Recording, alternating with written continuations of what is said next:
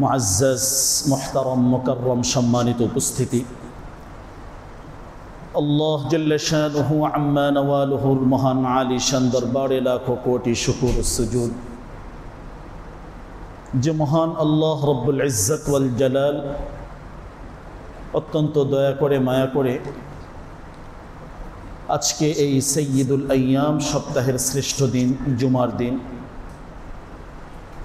পৃথিবীর সর্বশ্রেষ্ঠ জায়গা আল্লাহর পবিত্র ঘর জামে মসজিদে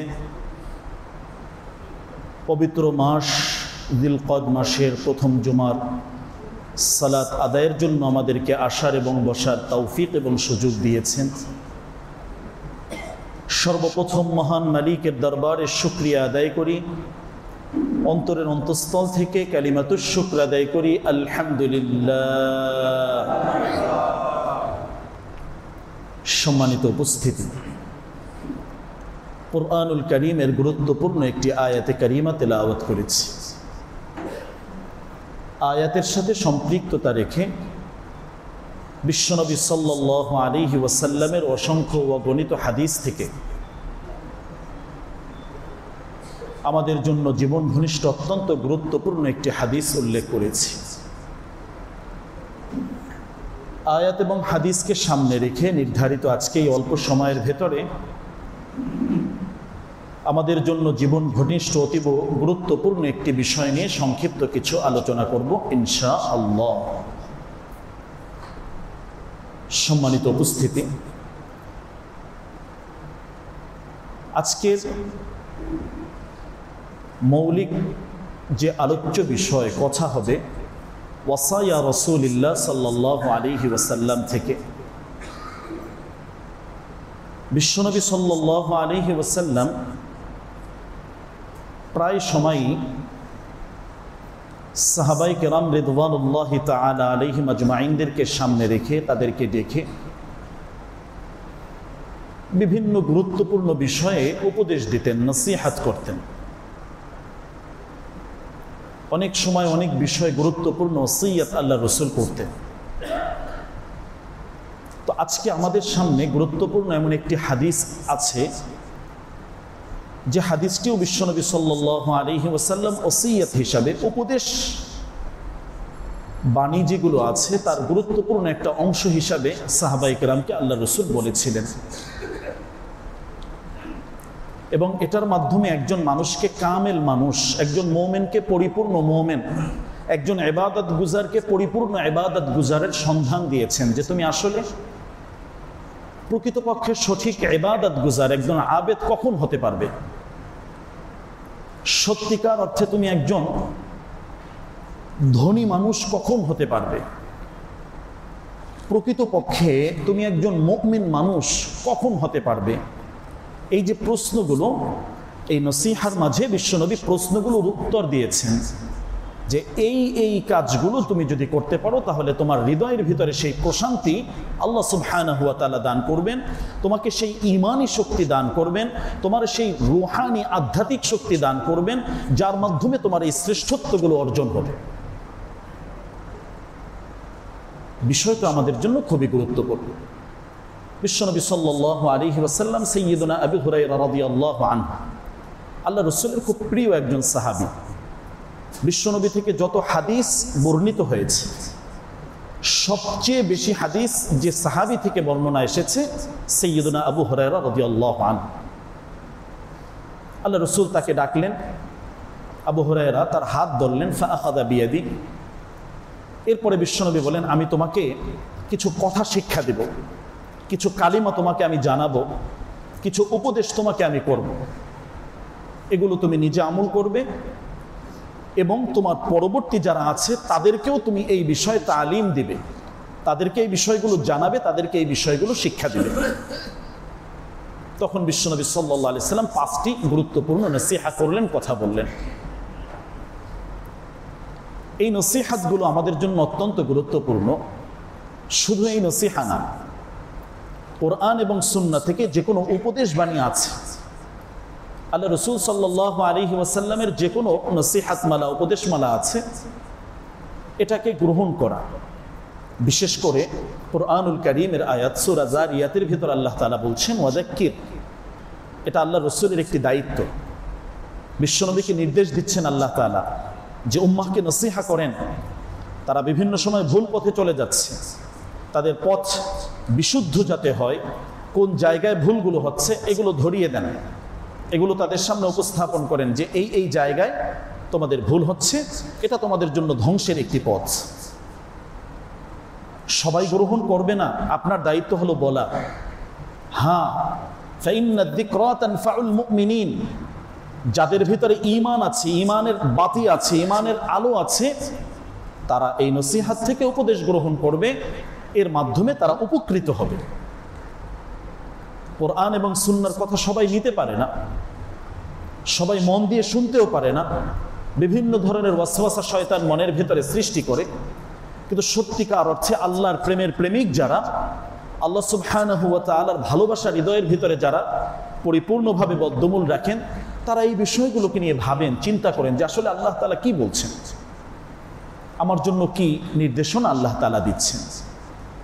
প্রিয় উপস্থিতি, আমাদেরও দায়িত্ব হলো কোরআন এবং সুন্নাহর আলোকে যত উপদেশ আছে, নসিহা আছে, করণীয় আছে, দিক নির্দেশনা আছে, এগুলোকে হৃদয়ের কানে শোনা, আমলের নিয়তে শোনা, যাতে এগুলো আমরা আমল করতে পারি, বাস্তবায়ন করতে পারি। এমনটা না শুনলাম ছেড়ে দিলাম। যখনই দ্বীনি কোনো নসিহা শুনবো, আলোচনা শুনবো, ইমানদার যদি হই, তাহলে এর মাধ্যমে আল্লাহ আমাকে উপকৃত করবেন। এই আমলটা জানলাম, শিখলাম, এখন করতে পারছি না, কিন্তু কোনো না কোনো এক সময় আমলের তৌফিক আল্লাহ তাআলা দিতে পারেন। এজন্য নিজেকে বিনয়ের সাথে মহান মালিকের সামনে, কোরআনের সামনে উপস্থাপন করা। আমি এর মুহতাজ, এটার প্রয়োজন আমার রয়েছে, এটা ছাড়া আমার বাঁচার কোনো গন্তব্য নেই, কোনো পথ নেই। এটা যখন বুঝবো, তো আমলের লাইনটা আল্লাহ তাআলা আমাদের জন্য সহজ করে দেবেন। সম্মানিত উপস্থিতি, বিশ্বনবী সাল্লাল্লাহু আলাইহি ওয়াসাল্লাম যে কথাগুলো তখন সাইয়্যিদুনা আবু হুরায়রা রাদিয়াল্লাহু আনহুকে শিক্ষা দিলেন, একটা একটা করে এই বিষয়গুলো নিয়ে আমরা একটু আলোচনা শুনব। আমরা এখানে যারা আছি প্রত্যেকেই শ্রেষ্ঠ একজন ইবাদত গুজার হতে চাই, আবেদ হতে চাই, আর এর বিকল্প আমাদের কোনো উপায় নেই। কারণ আল্লাহ সুবহানাহু ওয়া তাআলা আমাদেরকে সৃষ্টি করেছেন, এর পেছনের মূল উদ্দেশ্যই হলো ইল্লা লিয়াবুদুন, ইবাদতের জন্য। এই ইবাদতটা কতক্ষণ আমরা করব? ফাইয়ায়া ফাবুদুন, কোন জায়গায় করব? এগুলো সব আল্লাহ তাআলা কোরআনে মাজিদে আমাদেরকে বলছেন। পৃথিবীর যে কোনো গন্তব্য, যে কোনো জায়গায় আমার অবস্থান হোক, সর্ব অবস্থায় আমাকে ইবাদতের মাঝে থাকতে হবে, আল্লাহর নেটওয়ার্কের মাঝে আমাকে থাকতে হবে। কত সময় পর্যন্ত এই ইবাদত আমার উপরে দায়িত্ব এবং কর্তব্য? সূরা হিজরের শেষ আয়াতে আল্লাহ তাআলা বলছেন ওয়া'বুদ রাব্বাক হাত্তা ইয়াতিয়াকাল ইয়াকিন, ইবাদত তোমাকে করতে হবে, একেবারে মৃত্যুর আগ পর্যন্ত ইবাদতের উপরেই তোমাকে থাকতে হবে। এটা মহান মালিক আল্লাহ সুবহানাহু ওয়া তাআলার নির্দেশনা। তাহলে ইবাদতের বিকল্প আমাদের নেই। এই ইবাদতের মাঝে শ্রেষ্ঠ একজন ইবাদতকারী ব্যক্তি কখন মানুষ হতে পারে? অনেক নামাজ পড়লো, সে বড় আবেদ। অনেক রোজা রাখলো, সে বড় আবেদ। অনেক দান সাদাকা করলো, সে বড় আবেদ। এই হাদিস আমাদেরকে একটু ভিন্ন কথা বলে এবং খুব গুরুত্বপূর্ণভাবে বিশ্বনবী কথাটি আমাদেরকে বোঝাচ্ছেন। গভীর মনোযোগ সহকারে এই বিষয়টাকে হৃদয়ের ভিতরে বদ্ধমূল করার চিন্তা করা। আল্লাহ রাসূল সাল্লাল্লাহু আলাইহি ওয়াসাল্লাম তখন বললেন ইত্তাকিল মাহারিম তাকুন আবাদান নাস। আবু হুরায়রা, শোনো, তোমাকে বলছি, তুমি সকল ধরনের অন্যায় কাজ, হারাম কাজ, অবৈধ কাজ, এগুলোকে ছেড়ে দাও। এক্ষেত্রে আল্লাহ তাআলাকে ভয় করো, জাহান্নামকে ভয় করো। এটা যখন তুমি করতে পারবে, তুমি সর্বশ্রেষ্ঠ একজন ইবাদত গুজার ব্যক্তি হতে পারবে। সুবহানাল্লাহ। তুমি অনেক নামাজ পড়বে, তুমি বড় ইবাদত গুজার, এই হাদিসে একথা বলা হয়নি। বরং যেটা গভীরভাবে আল্লাহ রাসূল সাল্লাল্লাহু আলাইহি সাল্লাম নির্দেশনা দিচ্ছেন, হারাম যত কাজ আছে, যত অন্যায় আছে, যত অবৈধ পথ আছে, সব কিছু থেকে তুমি বিরত থাকো। আল্লাহ তাআলাকে ভয় করো। জাহান্নামের আযাবকে, ইত্তাকিন নার, জাহান্নামের আগুনকে তুমি ভয় করো। খুব ছোট্ট কথা, এর মর্মটা অনেক গভীরে, এর ওজন অনেক বেশি। এই যে হারাম থেকে বাঁচবো, এটা যেমন আমার খাদ্য খাবার যেগুলো আছে, এক্ষেত্রে আমাকে হারাম থেকে বাঁচতে হবে। আমার উপার্জনের যে পন্থা আছে, আমার যে ইনকামগুলো আসছে, বেশ ভালো কিছু টাকার মালিক, ব্যাংকে রাখলাম, প্রতি মাসে সেখান থেকে সুদ খেলাম, অনেক বড় ইবাদত গুজার, নামাজ একক তো ছাড়ছি না, একটু চিন্তা করা দরকার, একটু ভাবা দরকার।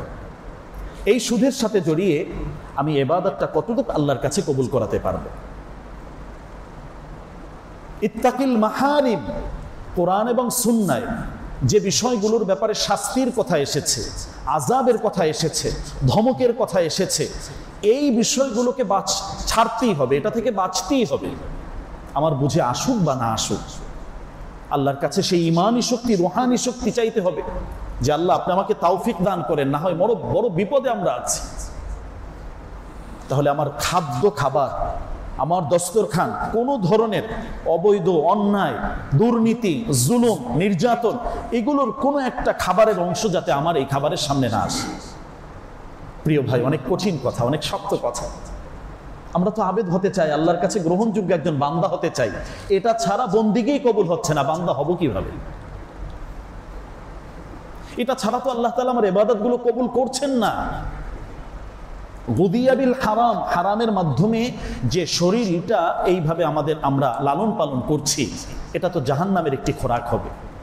আল্লাহ রাসূল এভাবেই তো হাদিসে বলেছেন। কি উপায় হবে প্রিয় ভাই? এত কষ্ট করলাম, দেহটাকে জাহান্নামের আগুনে যদি জ্বালাতে হয়, কিভাবে সহ্য করতে পারবে? একটু ভাবতে হবে যে এর পরিত্রাণের ব্যবস্থা আমার জন্য কি আছে। হ্যাঁ, সত্যিকার অর্থে যদি আমি চেষ্টা করি, আমি যদি বাঁচতে চাই, যে আল্লাহ আমাকে বাঁচার একটি লাইন আপনি দেখান, পথ দেখান, অতি অবশ্যই আল্লাহ তাআলা তার সামনে একটা নয় একাধিক সেই রাস্তা, পরিত্রাণের ব্যবস্থা আল্লাহ তাআলা খুলে দেবেন। সুবহানাল্লাহ, এটা আল্লাহর ওয়াদা। ওয়াল্লাযীনা জাহাদু ফীনা, যদি সত্যিকার অর্থে কেউ পরিশ্রম করে, মুজাহাদা করে, চেষ্টা করে যে আমাকে বাঁচতেই হবে, আমার পরিবারের দায়ভার আমি নিব, অন্যায় পথে তো নিতে পারবো না। আমার পরিবার, তারা তো বলবে যে না আমরা জানি না, আমার দায়িত্ব ছিল আমাদের তার খাবার খাওয়ানো, বাজার করানো, তিনি করেছেন। কোন জায়গা থেকে করেছেন, হালাল থেকে করেছেন না হারাম থেকে করেছেন, আল্লাহ গো এটা তো আমি জানি না, এটার বিচার তার, এ দায়িত্ব তাকে ভোগ করতে বলেন। তো কার জন্য কি করছি প্রিয় ভাই? আল্লাহ তাআলা বলেন, সত্যিকার অর্থে যিনি চেষ্টা করবেন, লানাহদিয়ান্নাহুম সুবুলানা, তার জন্য আমি একাধিক রাস্তা তার সামনে আমি উন্মুক্ত করে দেব, খুলে দেব। সুবহানাল্লাহ। সাবিলুন এক বচন, আল্লাহ বলছেন সুবুলুন বহু বচন, অনেকগুলো রাস্তা। আগে একটা তার ইনকামের পথ ছিল। যদি সে সত্যিকার অর্থে আল্লাহর উপরে ভরসা করে, তাকওয়া তাওয়াক্কুল নিয়ে সে যদি এটাকে ছেড়ে দেয় যে না এটা আমার জন্য অবৈধ, এটা অন্যায়, এখান থেকে আমি বাঁচতে চাই, আল্লাহ তার সামনে একাধিক রাস্তা, একাধিক সম্ভাবনা, বহু বারাকার সাথে তার রিজিক আল্লাহ তার কাছে পৌঁছাবেন। এটা আল্লাহর ওয়াদা। ঈমানটাকে একটু মজবুত করতে হবে, রুহানি এবং আধ্যাত্মিক শক্তি অর্জন করতে হবে, আল্লাহর উপরে মজবুত বিশ্বাস রাখতে হবে। অবশ্যই আল্লাহ বলেছেন, এটাই সত্য কথা, চূড়ান্ত সত্য কথা, এবং এটা এভাবেই ঘটবে, এর ব্যতিক্রম কোনো কিছুতেই হবে না, এটা আল্লাহর ওয়াদা। ঈমানি শক্তি আমাদেরকে সেই বাড়াতে হবে। কতটুকুই বা বাঁচবো, কতটুকু হায়াতি বা পাবো?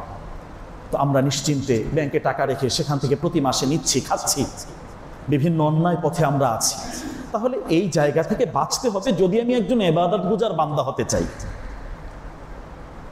যদি মনে করি আল্লাহর সামনে একজন আবেদ হিসাবে, ইবাদত গুজার হিসাবে আমি দাঁড়াবো, আমাকে বাঁচতেই হবে, এর বিকল্প তো কোনো ব্যবস্থা নেই।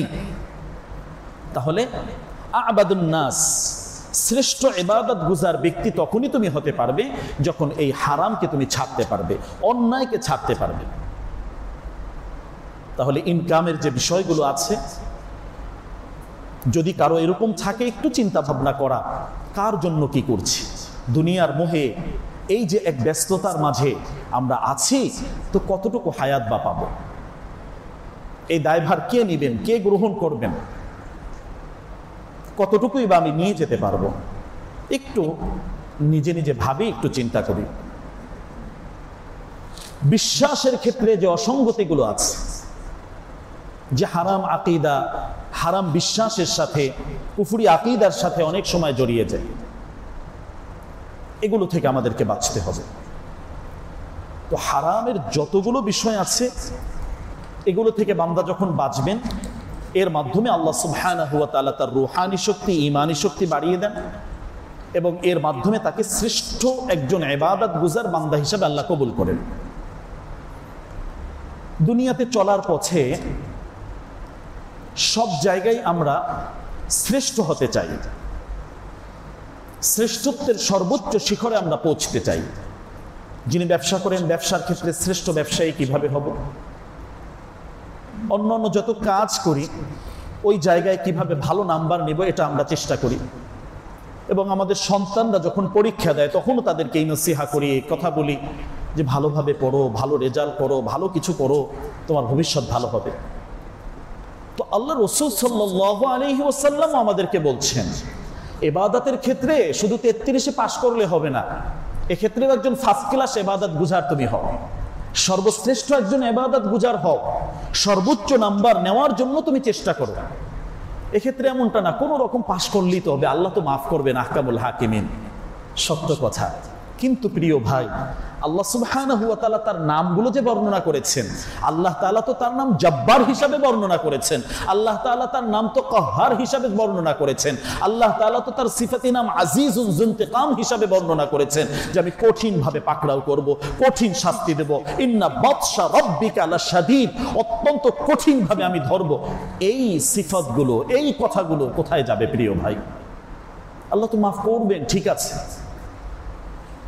ঈমানের সংজ্ঞাই তো হলো এটা। একদিক থেকে যেমন আশা থাকতে হবে যে আল্লাহ মাফ করবেন, ঠিক একইভাবে সমানভাবে এই ভয় তার ভেতরে থাকতে হবে যে আল্লাহ যদি ধরেন, পাকড়াও করেন, তাহলে আমার আর কোনো উপায় নেই, বাঁচতেই পারবো না। আল ঈমান বাইনাল খাউফি ওয়ার রাজা, ঈমানের সংজ্ঞা তো এটা। ঈমানটা বলাই হয় যে তোমার ভিতরে আশাও থাকবে, আবার সমানতালে ভয়ও থাকবে, আল্লাহর ভয়। এই ভয়তেই তুমি ওই গুনাহ থেকে বাঁচবে। তোমার সামনে অনেক অফার থাকবে, অনেক সুযোগ থাকবে, ইচ্ছা করলে অনেক হারাম অবৈধভাবে অনেক কিছু ইনকাম করতে পারো, কিন্তু এই জায়গায় তোমার পরীক্ষা, এটা তোমার পরীক্ষার জায়গা। ইত্তাকিল মাহারিম, এই ক্ষেত্রে তুমি হারাম থেকে বাঁচতে পারছো কিনা, এটা যদি করতে পারো, তাকুন আবাদান নাস। দুনিয়ার সব জায়গায় যেভাবে তুমি শ্রেষ্ঠত্ব, শ্রেষ্ঠ নীতি চাও, গ্রহণযোগ্য হতে চাও, আল্লাহ সুবহানাহু ওয়া তাআলার কাছেও ইবাদতের ক্ষেত্রে পরিপূর্ণ গ্রহণযোগ্যতা এবং সেই শ্রেষ্ঠত্ব তোমার আসবে। তাহলে সম্মানিত উপস্থিতি, এই জায়গায় গুনাহ বলতে যা আছে, এই গুনাহকে সবচেয়ে বেশি, সর্বাধিক ভয় করতে হবে এবং ভয় করে ওই গুনাহগুলো থেকে আমাদেরকে বাঁচতে হবে। এটা হলো আজকের এই আলোচনার প্রথম পরামর্শ। এটা আমাদের প্রত্যেক ব্যক্তিকে নিজের জন্য, নিজেকে বাঁচানোর জন্য, জাহান্নামের ওই আযাব থেকে নিজেকে ঠেকানোর জন্য এই কাজ আমাদেরকে করতে হবে। আল্লাহ রাসূল সাল্লাল্লাহু আলাইহি সাল্লাম সতর্ক করেছেন, আল্লাহ তাআলাও বিভিন্নভাবে আমাদেরকে নসিহত করছেন, বিভিন্ন বিষয় নিয়ে তোমরা অনেক পেরেশানিতে থাকো। এই যে এখন গরমের সময় তোমাদের প্রচন্ড গরম লাগে, হাই হুতাশ করা, অনেক গরম, কষ্ট হয়। আল্লাহ তাআলা এই বিষয়টার উদাহরণ টেনে বলছেন, দেখো, কুল নারু জাহান্নাম আশাদ্দু হাররা। গুনাহ থেকে কেন বাঁচবে না? গুনার ভিতরেও একটা গরম আছে, গুনাহটাও একটা আগুন। তো এই সামান্য দুনিয়ার রোদের তাপে, এই সূর্যের প্রখরতায় এই গরমটা সহ্য করতে পারছো না। এই গুনাহের, জাহান্নামের আযাবের যে গরম, এটা কিভাবে তুমি সহ্য করবে? এখানে যেভাবে তুমি এসির প্রয়োজন, ঠান্ডার প্রয়োজন, ঠিক ওই জায়গায় তোমার ঈমানের মাধ্যমে সেই এসি, শীতলতা, সেই ঠান্ডা আসবে, সেই ঠান্ডার তোমার প্রয়োজন রয়েছে। আল্লাহ রাসূলকে বলা হয়েছে, বিশ্বনবী আপনি জানিয়ে দেন, কুল নারু জাহান্নাম, জাহান্নামের যে আযাব, যে আগুন আছে, আসাদ্দু হাররা, এটা অনেক বেশি কঠিন হবে তোমাদের জন্য, অনেক বেশি শক্ত হবে, অনেক বেশি কষ্টদায়ক হবে। তাহলে প্রিয় ভাই, দুনিয়ার এই সামান্য গরম যেটা সহনীয়, এর মাধ্যমে আমি পড়ে যাচ্ছি না, এর মাধ্যমে আমি মরে যাচ্ছি না, এটা থেকে বাঁচার জন্য ঘরে ঢুকেই প্রথমে এসিটা ছাড়ছি, ঠান্ডা করছি, শীতল, এই শীতলতার মাধ্যমে নিজের একটু পরিতৃপ্তি খুঁজছি। একজন বিচক্ষণ জ্ঞানী ব্যক্তি এখান থেকে উপদেশ গ্রহণ করবেন। আল্লাহ স্বয়ং আয়াত নাজিল করে বলছেন যে আসাদ্দু হাররা, ওই আগুনটা কিন্তু আরো বেশি অত্যন্ত জঘন্য কঠিন হবে। তাহলে গুনাহ বলতে যা আছে, আজকে এখানে বসে বসে এই মুহূর্তে আমাদের সিদ্ধান্ত নিতে হবে, আল্লাহর কাছে এই মুহূর্তে তাওবা করতে হবে, আল্লাহ না জেনে এতদিন যা হয়েছে, এখন এক কদম আর গুনার ভিতরে আমি যাব না, একটা মুহূর্ত আমি কাটাবো না। আল্লাহ সেই তৌফিক তুমি দাও, ঈমানি শক্তি বাড়িয়ে দাও, রুহানি আধ্যাত্মিক শক্তি বাড়িয়ে দাও, যাতে আল্লাহ আমি করতে পারি এগুলো আমার দ্বারা তুমি করিয়ে নাও। আল্লাহ, নিজেকে ওইভাবে প্রস্তুত করতে হবে। এটা যদি করতে পারি তাহলে আমি শ্রেষ্ঠতম একজন আবেদ হতে পারবো, ইবাদত গুজার ব্যক্তি হতে পারবো, যেটা আমার জন্যই প্রয়োজন রয়েছে। মৃত্যু পর্যন্ত এই ইবাদতের প্রয়োজন রয়েছে, মারা যাওয়ার পরে আর ইবাদতের কোনো সুযোগ থাকে না। এখানে যে ইবাদত করলাম সেই ইবাদতের ফলাফলটা সেখানে গ্রহণ করব। কবরের জগৎ, হাসরের জগৎ, জান্নাতের এই জগৎ, এই যে আখেরাতের পুরা এই কেন্দ্রিক যে ব্যবস্থাগুলো, সেই জায়গায় শুধু ভোগ করার জায়গা। এখানে যে ইবাদতগুলো করব, যে গাছ লাগাবো, সেই গাছের ফলগুলো ওখানে গিয়ে ভোগ করব। এখন আমার জীবনটা কিভাবে আমি চালাচ্ছি, জীবনের গতিপথটা কোন দিকে, একটু নিজেকে প্রশ্ন করি। যদি সঠিক থাকে আলহামদুলিল্লাহ, যদি কোথাও ভুল থাকতে ইন্নালিল্লাহ, ফিরে আসার জন্য এখনই চেষ্টা করি। আল্লাহর কাছে সাহায্য চাই, লা হাওলা ওয়ালা কুওয়াতা ইল্লা বিল্লাহ। আল্লাহ ছাড়া আমাদের কেউ সাহায্য করতে পারেন না, আল্লাহর কাছে সেই সাহায্যের প্রার্থনা আমাদের করতে হবে। সম্মানিত উপস্থিতি, এই নসিহতটুকু আবু হুরায়রা রাদিয়াল্লাহু আনহুকে আল্লাহর রাসূল নিজে ভালোবেসে করলেন। আবু হুরায়রা আমাদেরকে জানিয়ে দিলেন যে হ্যাঁ, তুমি যদি শ্রেষ্ঠ ইবাদত গুজার হতে চাও, একজন আবেদ হতে চাও, তাহলে তোমাকেও মৌলিকভাবে এই কথাটি স্মরণ রাখতে হবে যে হ্যাঁ, আমাকে সকল ধরনের হারাম থেকে বাঁচতে হবে, জুলুম থেকে বাঁচতে হবে, অন্যায় থেকে বাঁচতে হবে, দুর্নীতি থেকে বাঁচতে হবে। এই জাতীয় যত ধরনের ঝামেলার বিষয় আছে, এখান থেকে একটু নিজেকে বাঁচিয়ে রাখতে হবে, হালালে অভ্যস্ত হতে হবে, হালাল নিয়ে সন্তুষ্ট থাকতে হবে। চরিত্রের ক্ষেত্রে যে সমস্ত অন্যায়গুলো আছে, ওই জায়গায় যে সমস্ত হারামের দিকে যাচ্ছি, সেখান থেকে আমাদেরকে বাঁচতে হবে। বিশ্বাসের ক্ষেত্রে যে সমস্ত হারাম আছে, সেই হারাম থেকে বেঁচে হালালের পথে আমাদেরকে আসতে হবে। দ্বিতীয় যে বিষয়টি বিশ্বনবী সাল্লাল্লাহু আলাইহি ওয়াসাল্লাম বললেন, অরদ বিমা কাসামাল্লাহু লাক তাকুন আগনান নাস। শ্রেষ্ঠ ধনী ব্যক্তি তুমি হতে চাও, তাহলে তোমার জন্য করণীয় কি? বিশ্বনবী সাল্লাল্লাহু আলাইহি ওয়াসাল্লাম বললেন, আল্লাহ তাআলা তোমার জন্য যে তাকসিম করেছেন, তোমার জন্য যে ফয়সালা করেছেন, আল্লাহর এই ফয়সালায় তুমি সন্তুষ্ট হয়ে থাকো। এটা নাই, সেটা নাই, আরো চাই, খাই, বিভিন্ন ধরনের অনেক কিছু আমাদের আছে। এটা মানুষকে গুনাহের দিকে নিয়ে যায়, এর মাধ্যমে মানুষ ক্ষতিগ্রস্ত হয়ে যায়। শুধু টাকা পয়সা থাকলেই একজন মানুষ ধনী হতে পারে না। অনেক টাকা পয়সার মালিক, সে বড় ধনী এমনটা নয়। বিশ্বনবী একথা বলেন, খায়রুল গিনা গিনান নাফস, যার মাঝে অন্তরের সচ্ছলতা আছে। অল্প টাকার মালিক, অল্প কিছু আছে, কিন্তু তার দিলটা অনেক বড়, মানুষকে দেওয়ার জন্য, মানুষের জন্য কিছু করার জন্য, মানুষের উপকারে পাশে থাকার জন্য সর্বাবস্থায় দিলের ভিতরে একটা তলব সৃষ্টি হয়, হায় যদি থাকতো তাহলে এটা করতাম, যতটুকু আছে সেখান থেকে সামান্য পরিমাণ করছি। এই যে এক পরিস্থিতি নিজের ভিতরে তৈরি করা, এটা যদি কেউ করতে পারেন, এটা আল্লাহর বড় নিয়ামত। খায়রুল গিনা গিনান নাফস, অন্তরের সচ্ছলতা আল্লাহ যাকে দান করেছেন, এই ব্যক্তি প্রকৃতপক্ষে একজন সচ্ছল ব্যক্তি। হাজার হাজার কোটি টাকার মানুষ মালিক হয়েছে, কিন্তু গরিব দুঃখী অসহায় মানুষ তাদের কাছেও যায় না, তাদের কাছে কিছু চায়ও না, কারণ জানে দিবে তো নাই, উল্টো একটা ধমক দিয়ে দেবে, একটা ঝাড়ি দিয়ে দেবে। আবার অনেক সাধারণ মানুষ আছে, মামা এই সমস্যায় আছে বা এই সমস্যায় আছে, জানেন যে কিছু না কিছু হলেও এই ব্যক্তি আমাকে চেষ্টা করবে, না হলে একটা সান্ত্বনার কথা শোনাবে, না হলে ভালো কোনো একটা পথ পরামর্শ আমাকে দিবে। আল্লাহ রাসূল সাল্লাল্লাহু আলাইহি ওয়াসাল্লাম এই জায়গায় অল্প তুষ্ট এবং অন্তরের সচ্ছলতা, এই কথাটা আল্লাহ রাসূল বলে তারপরে বললেন আগনান নাস, তাহলে তুমি একজন স্বাভাবিক মানুষ থাকবে, টেনশন তোমার ভিতরে কাজ করবে না, তুমি একজন শ্রেষ্ঠ ধনী মানুষ। আল্লাহ যাদেরকে মনে করেন, যাদেরকে এই নিয়ামত দেন, তাদের কাতারে আল্লাহ তোমাকে নিয়ে যাবেন।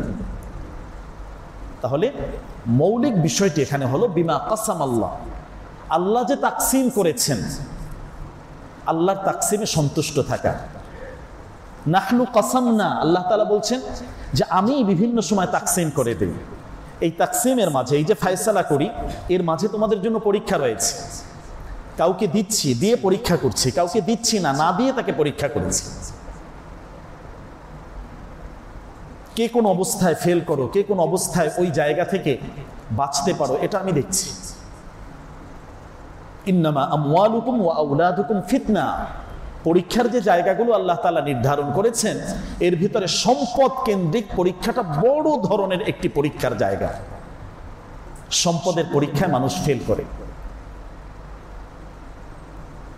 যে তোমাকে শারীরিক ইবাদত করতে হবে, 20 রাকাত নামাজ পড়তে হবে, এটা করলে এটা সওয়াব, অনেকেই প্রস্তুত হয়ে যাব যে ঠিক আছে, হ্যাঁ নামাজটা পড়ি। কিন্তু এখন আল্লাহর রাস্তায় ফি সাবিলিল্লাহ, এখানে এই প্রয়োজন আছে, এই টাকার প্রয়োজন আছে, এখানে এই দান করতে হবে, ভাই উনি অনেক অনেক কাজ বাকি আছে, এটা করতে হবে, ওটা করতে হবে, অনেক বড় এক লিস্ট তখন সামনে চলে আসে। শয়তান এই জায়গায় বড় ধোঁকা দেয়, দিতে দেয় না। তো আল্লাহ রাসূল সাল্লাল্লাহু আলাইহি ওয়াসাল্লাম এই জায়গায় আমাদেরকে সতর্ক করেছেন, তোমার মনের সচ্ছলতা আনার জন্য তুমি চেষ্টা করো। মনের দিক থেকে তুমি যদি সচ্ছল হও, তুমি প্রকৃতপক্ষে একজন সচ্ছল ব্যক্তি হবে। আর তোমার দায়িত্ব হলো ওয়াকুম মিনাশ শাকিরিন, আল্লাহ তাআলার নিয়ামতের শুকরিয়া এবং কৃতজ্ঞতা তুমি আদায় করো। আল্লাহ যা দিয়েছেন এটা কৃতজ্ঞতা আদায় করো। এটা তোমার কোনো নিজস্ব ক্রেডিট না যে তুমি এটা অর্জন করেছো, আল্লাহ নিজ অনুগ্রহে তোমাকে দান করেছেন। চেতনাটা এমন হওয়া, ভেতর থেকে এমন ভাবে নিজেকে প্রস্তুত করা, এই যা দিয়েছেন আনফিকু মিম্মা রাযাকনাকুম, যে আমি তোমাদেরকে যে রিজিক দিচ্ছি, তার মানে এটা আল্লাহ তাআলা আমাকে দিয়েছেন, আল্লাহ নিজে দাতা। আল্লাহ শুধু আমার হাতে রক্ষণাবেক্ষণের জন্য রেখেছেন, পাহারাদারির জন্য রেখেছেন। আমি একজন কেবলমাত্র পাহারাদার। তো মালিক যেখানে দেওয়ার জন্য বলছেন, ওই জায়গায় আমাকে দিতে হবে। মনের দিক থেকে সচ্ছল হওয়া, এটা বড় ধরনের এক নিয়ামত। এটা হয়তোবা আমরা সবসময় পারি না, আমাদের সকলের পক্ষে এটা সম্ভব হয় না। এটা একটা গুরুত্বপূর্ণ বিষয়। শ্রেষ্ঠ মানুষ যদি হতে চায়, আল্লাহর কাছে গ্রহণযোগ্য একজন ধনী মানুষ, সচ্ছল মানুষ যদি থাকতে চায়, দিলের দিক থেকে মনটাকে অনেক প্রশস্ত রাখা, অনেক বড় রাখা, যার মাধ্যমে আল্লাহ তাআলার এই সন্তুষ্টতা আমাদের ভিতরে আসবে। এর পরের বিষয়টি যদি আমরা দেখি, আবু হুরায়রা রাদিয়াল্লাহু আনহুকে যে নসিহাগুলো, উপদেশগুলো আল্লাহ রাসূল দিয়েছেন, তুমি একজন মুমিন মানুষ হতে চাও, প্রকৃতপক্ষে সত্যিকার অর্থে ঈমানদার ব্যক্তি হতে চাও, তাহলে তোমার জন্য করণীয়টা কি? অনেক নসিহা আমরা শুনেছি, কিন্তু বিশ্বনবী এখানে একটু ভিন্নভাবে, ব্যতিক্রমীভাবে বললেন, আহসিন ইলা জারিক তাকুন মুমিনান, তোমার পাশের প্রতিবেশী যিনি আছেন তার সাথে তুমি ভালো ব্যবহার করো, সৎ ব্যবহার করো, ইহসানের ব্যবহার করো। জাযাউল ইহসান ইল্লাল ইহসান, তুমি যদি ইহসান করো, মালিকের পক্ষ থেকেও তোমার জন্য সেই ইহসান এবং অনুগ্রহের ফায়সালা হবে। এটা আল্লাহর ওয়াদা। তাহলে তুমি শ্রেষ্ঠ একজন মুমিন ব্যক্তি হতে যদি চাও, আল্লাহর কাছে একজন পরিপূর্ণ ঈমানদার ব্যক্তিদের কাতারে আসতে চাও, তোমার আশপাশে যারা আছেন তাদের প্রতি খেয়াল রাখা, দৃষ্টি দেওয়া, এটা তোমার জন্য কর্তব্য, দায়িত্ব। আমরা ব্যক্তিগতভাবে অনেক আমলি মানুষ আছি, অনেক ইবাদত গুজার আছি, কিন্তু এর মাঝেও কিছু কিছু ভাই এমন থাকতে পারেন যে প্রতিবেশীদের সাথে তাদের যে আচার ব্যবহার, এগুলো অত্যন্ত কঠিন পর্যায়ে পৌঁছে গিয়েছে, দূরত্বের পর্যায়ে পৌঁছে গিয়েছে। তো এই ব্যক্তি প্রকৃতপক্ষে মুমিন হওয়ার ক্ষেত্রে এটা একটা বড় ধরনের প্রতিবন্ধকতা, বড় ধরনের একটা বাধা হিসাবে আছে। আল্লাহ রাসূল সাল্লাল্লাহু আলাইহি সাল্লাম এই জায়গায় আমাদেরকে সতর্ক করছে। এই বিষয়টি যদি আমরা আরেকটু গভীরভাবে দেখি, বিশ্বনবী সাল্লাল্লাহু আলাইহি সাল্লাম প্রতিবেশীর হক সম্পর্কে অনেক বিস্তারিত আলোচনা করেছেন। জিবরাইল আমিন যখনই ওহী নিয়ে এসেছেন, যে বিষয়গুলো নিয়ে সতর্ক করেছেন, এর মাঝে একটা তো হলো মেসওয়াকের আমল। যখনই এসেছেন মেসওয়াকের আমলের কথা বলেছেন যে এটা করেন আপনি। আর একটা বিষয় আল্লাহ রসুলকে বেশি বেশি সতর্ক করেছেন যে প্রতিবেশীর হক রক্ষা করেন। আপনার পাশে যিনি আছেন তার দিকে খেয়াল রাখেন। আপনি ভরপট খাচ্ছেন, পাশের একজন ব্যক্তি অনাহারে আছেন, অর্ধাহারে আছেন, অনেক কষ্টে আছেন, সাময়িক বিপদে আছেন। আপনি সুখে আছেন, আপনার এই সুখ স্থায়ী সুখ হবে না যদি আপনি প্রতিবেশীর দিকে খেয়াল রাখতে না পারেন। আল্লাহ রসুলের নির্দেশনাগুলো যদি আমরা দেখি, আল্লাহ রসুল বলেন যে এত ব্যাপক পরিমাণে প্রতিবেশীর কথা আলোচনা। জিবরাইল আমিন আমাকে বলছেন, আমি তো মনে করছিলাম, ভাবতেছিলাম, সাহাবা ইকরাম এই কথা বলেন যে মনে হয় আমাদের সম্পদের ওয়ারিস অংশ হয়তো বা প্রতিবেশীদেরকে আল্লাহ তাআলা দিয়ে দেবেন। এত ব্যাপকভাবে গুরুত্ব সহকারে প্রতিবেশীর কথা আলোচনা এনেছেন। ওয়ারিসের সম্পত্তি ওই জায়গায় হয়তো অংশ দিয়ে দেবেন, এত বেশি গুরুত্ব প্রতিবেশীর। অথচ হয়তোবা আমি আমার প্রতিবেশীকে কষ্ট দিচ্ছি, উচ্চ আওয়াজ করছি, এমন কিছু রাখছি যার মাধ্যমে প্রতিবেশী কষ্ট পাচ্ছেন, ময়লাগুলো নিয়ে প্রতিবেশীর ওই সামনে রাখছি। প্রতিবেশী কারা? এই যে নামাজে আমরা বসছি, আমার পাশে যে যে আছেন তারাও আমার প্রতিবেশী।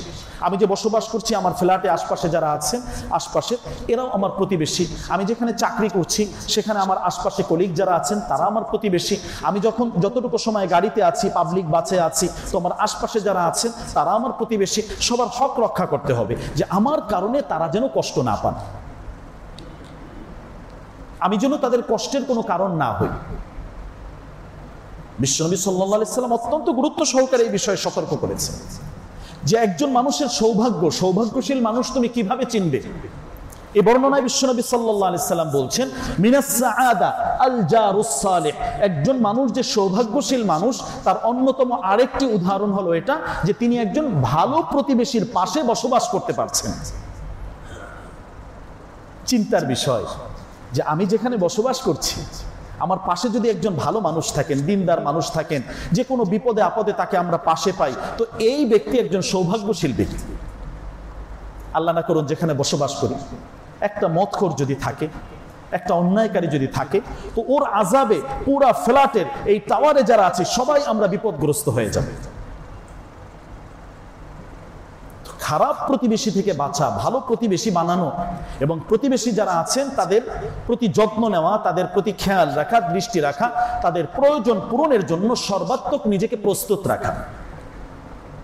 মুমিন হওয়ার জন্য এটা মৌলিক একটি শর্ত। তো আমি তো অনেক বড় ঈমানদার, আমল করছি, কিন্তু আমার প্রতিবেশীর সাথে প্রতিদিন ঝগড়া হচ্ছে, জমি নিয়ে ঠেলাঠেলি হচ্ছে, গাছ নিয়ে ঠেলাঠেলি হচ্ছে, বিভিন্ন বিষয় নিয়ে অনেক ধরনের জটিলতা তৈরি হয়ে আছে। এগুলো আস্তে আস্তে দূর করার জন্য চেষ্টা করা। এজন্য এ পরামর্শ দেওয়া হয় যে তুমি এক জায়গায় বসবাস করবে, এক জায়গায় থাকবে, এ কথা স্পষ্ট। আরবদের মাঝে যে বিষয়টি আছে, উতলুবিল জার কবলাদ দার, তুমি একটা ফ্ল্যাট কিনবে, একটা ঘর বানাবে, বাড়ি বানাবে, তার আগে তুমি তোমার প্রতিবেশীর দিকে খেয়াল রেখো যে তোমার প্রতিবেশী কারা হচ্ছে। যদি খারাপ কোনো প্রতিবেশী হয়ে থাকে, এর জুলুমে তুমিও টিকতে পারবে না। ভালো প্রতিবেশীদের সাথে বসবাস করা, যদি কেউ এই পথে থাকেন তাকে ভালো বানানোর জন্য ব্যবস্থা করা, চেষ্টা করা, তার পিছনে মেহনত করা, তাকে দিনদার বানানোর জন্য চেষ্টা করা। কারণ ওই প্রভাবে তুমি প্রভাবিত হবে, তোমার বিবি প্রভাবিত হবে, তোমার বাচ্চারা তাদের প্রভাবে প্রভাবিত হয়ে যাবে। ওই ঘরের ভিতরে যা দেখবে এটা তোমার ঘরে চালু করার জন্য চেষ্টা করবে। প্রতিবেশী অত্যন্ত গুরুত্বপূর্ণ। আল্লাহ রাসূল আরো হক রক্ষার জন্য যেগুলো বলেছেন, তোমার ঘরে ভালো একটু রান্না হয়েছে, তোমার পাশে যে প্রতিবেশী আছে তুমি দিতে পারলা না, অনেক কিছু ওইভাবে সক্ষমতা নাই, তোমার গোস্তের ঝোলটা একটু বাড়িয়ে দাও, একটু ঝোল হলেও তার কাছে পৌঁছিয়ে দাও। হাদিসের ভিতরে বিশ্বনবী কিভাবে লক্ষ্য রেখেছে, কিভাবে আমাদেরকে এই দিক নির্দেশনাগুলো আল্লাহ রাসূল সাল্লাল্লাহু আলাইহি সাল্লাম দিচ্ছেন। তাহলে আমার মাধ্যমে কোনো প্রতিবেশী যাতে কষ্ট না পায়, এই যে রাস্তায় চলাচল করি এলাকার ভিতরে, এই রাস্তায় আমার কারণে যদি জ্যাম লাগে তাহলে আমি আমার এই মহল্লার আমার প্রতিবেশী যারা আছেন সকলকে আমি কষ্ট দিলাম। বিভিন্ন ভ্যান গাড়ি রাখলাম, মালগুলো রাখলাম, এমনভাবে একটা জটিলতা তৈরি করলাম যে মানুষের সময় নষ্ট করলাম, তাদেরকে কষ্ট দিলাম। এই কষ্টের দায়ভারও আমাকে নিতে হবে। অনেক সময় আমরা অনেক বিপদে পড়ে যাই, আমরা তো বুঝি না যে হায় রে, আমি তো কারোর সাথে কোনো খারাপ ব্যবহার করলাম না, এই বিপদ আমার কেন আসছে। প্রিয় ভাই, হয়তো আমি ওইভাবে খেয়াল করি না যে আমি খারাপ ব্যবহার করছি কি করছি না। অনেক সময় মানুষ নিঃসন্তান হয়ে যায়, সন্তান হয় না। এর পেছনের যে কারণগুলো কিতাবে আছে, যে হয়তো তুমি কোনোদিন কাউকে কষ্ট দিয়েছো, সেই কষ্টের বদয়ায় আল্লাহ তাআলা তোমাকে এই জায়গায় এ শাস্তি দিচ্ছেন। শুধু মানুষ নয়, কোনো মাখলুককেও তুমি যদি কষ্ট দাও, ওই মাখলুকের কষ্টের বদয়ায়ও অনেক সময় এই জায়গায় বড় ধরনের পরীক্ষা মানুষ পড়ে যায়। হয়তো আমি নিজে বুঝতে পারছি না, ব্যবসা অনেক ভালো, হঠাৎ খারাপের দিকে যাচ্ছে। বড় ধরনের কোনো জায়গায় তুমি আঘাত দিয়েছো কাউকে, ওই আঘাতের ফলাফলের প্রভাবটা এখানে এসে ধাক্কা লেগেছে, তুমি বুঝতেও পারছো না। আমরা অনেক সময় তো গবেষণায় বুঝি না যে আসলে এগুলো কেন হচ্ছে, কোনো কারণ দেখছি না। কোনো না কোনো এক জায়গায়, কোনো না এক কথায় বা আমার কোনো এক সিদ্ধান্তে বড় ধরনের কোনো ক্ষতি আমি কাউকে করে ফেলেছি। হয়তো সে কাউকে বলতে পারে নাই, সে মাজলুম ছিল, ওই মাজলুম অবস্থায় কোনো একটা দোয়া করে ফেলেছে, ওই যে দোয়াটা এটা আমার জন্য বদদোয়া হিসাবে এখন এই আযাবের কারণ আমি হয়েছে। আমরা বুঝতে পারি না প্রিয় ভাই যে কত পরীক্ষায় আমরা আছি। হঠাৎ করে এই অবস্থা কেন হবে? নিশ্চয়ই অতীত 1 বছর, 6 মাস, 2 মাস, 3 মাস কোনো না কোনো এক জায়গায় গিয়ে কোনো না একটা অবস্থায় আমি কাউকে কোনো একটা বড় ধরনের কষ্ট দিয়েছি। কষ্টের ফলাফলটা মাজলুম অবস্থায় দোয়া করেছে, ওই দোয়াটাই আমার জন্য বদদোয়া হিসেবে এখানে এসেছে। আখলাক, চরিত্রটাকে খুব ভালো রাখা, নিজেকে কন্ট্রোলে রাখা, নিয়ন্ত্রণে রাখা। পারি অনেক কিছু না, দেখাতে হবে না, দেখাতে যেন না, বিপদগ্রস্ত হয়ে যাবেন। মুমিন হওয়ার চেষ্টা করেন, আশপাশে যারা আছে তাদের সাথে ভালো ব্যবহার করেন। আল্লাহ রাসূল সাল্লাল্লাহু আলাইহি সাল্লাম এইভাবে আমাদেরকে নির্দেশনা দিয়েছে। আখলাকটা কেমন হওয়া দরকার? সুন্নত হলো এটা। ঘটনা তো আমরা জানি, ইহুদি মহিলা আল্লাহ রাসূলকে কষ্ট দিচ্ছেন, বিভিন্নভাবে আসার পথে অনেক ধরনের কষ্ট দেওয়া হচ্ছে। তো একদিন ওই ময়লাগুলো দেখে না, কষ্টের কোনো কারণ দেখে না, 2 দিন দেখে না। আল্লাহ রাসূল খোঁজ নিতে গেলেন যে হায় রে, এই মহিলার কি হলো, কোনো অসুস্থ নাকি কোনো অন্যায় কাজ বা কোনো কিছু হয়েছে, যে এর আগে যে ব্যবহার, এই ব্যবহারটা এখন পাচ্ছি না। আল্লাহ রাসূল খোঁজ নিতে গেলেন। তো অনেক সময় আমরা বিরক্ত হয়ে যাই, অনেক কিছু করে, হয়তো বা আল্লাহ তাআলা এর মাধ্যমে আমাদের মর্যাদা, দারাজাতকে আল্লাহ তাআলা বুলন্দ করছেন। তো এখানে বিশ্বনবী সাল্লাল্লাহু আলাইহি সাল্লাম যে পরামর্শ দিচ্ছেন, আহসিন ইলা জারি, তোমার যে জার আছে, প্রতিবেশী আছে, তার সাথে তুমি ভালো ব্যবহার করো। এর মাধ্যমে তুমি পরিপূর্ণ একজন মুমিন ব্যক্তি হতে পারবে। এর মাধ্যমে তোমার জন্য ঈমানের একটা বড় ধরনের দৌলত আল্লাহ তোমাকে দান করবে। এরপরে গুরুত্বপূর্ণ আরেকটি বিষয় আল্লাহ রাসূল সাল্লাল্লাহু আলাইহি সাল্লাম নসিহা করলেন, এটা হলো লা তুকসিরিদ যিহক, খুব বেশি হাসাহাসি করা এটা করবে না। আখিরাতের চিন্তা ভিতরে সব সময় রাখো। আল্লাহ রাসূল এখানে আবু হুরায়রা রাদিয়াল্লাহু আনহুকে নসিহা করছেন, ফাইন্না কাসরাত যিহকি তুমিতুল কুলুব, অধিক হাসাহাসি করছো, ঠাট্টা করছো, মিথ্যা বলে মানুষকে হাসাচ্ছ, এই যে বিভিন্ন কলকৌশল করছো, এর মাধ্যমে তোমার অন্তরটা মৃত্যুবরণ করছে, তোমার অন্তরটা মৃত হয়ে যাচ্ছে, যার মাধ্যমে আল্লাহর ভয় এরপরে তোমার ভিতরে আর আসবে না। ঠিক কোরআনুল কারীমে আল্লাহ তাআলা বলছেন, ফালইয়াদহাকু কলিলান ওয়ালইয়াবকু কাসীরা, অল্পই হাসো, হাসাহাসি বেশি করার প্রয়োজন নেই, কান্দো বেশি, কান্না করো বেশি। এই কান্নাটা তোমার জন্য বড় উপকারী হবে। আমাদের গুনাহের কারণে যে আগুনগুলো জ্বলছে, ওই আগুন নিভানোর জন্য এই চোখের পানির প্রয়োজন রয়েছে।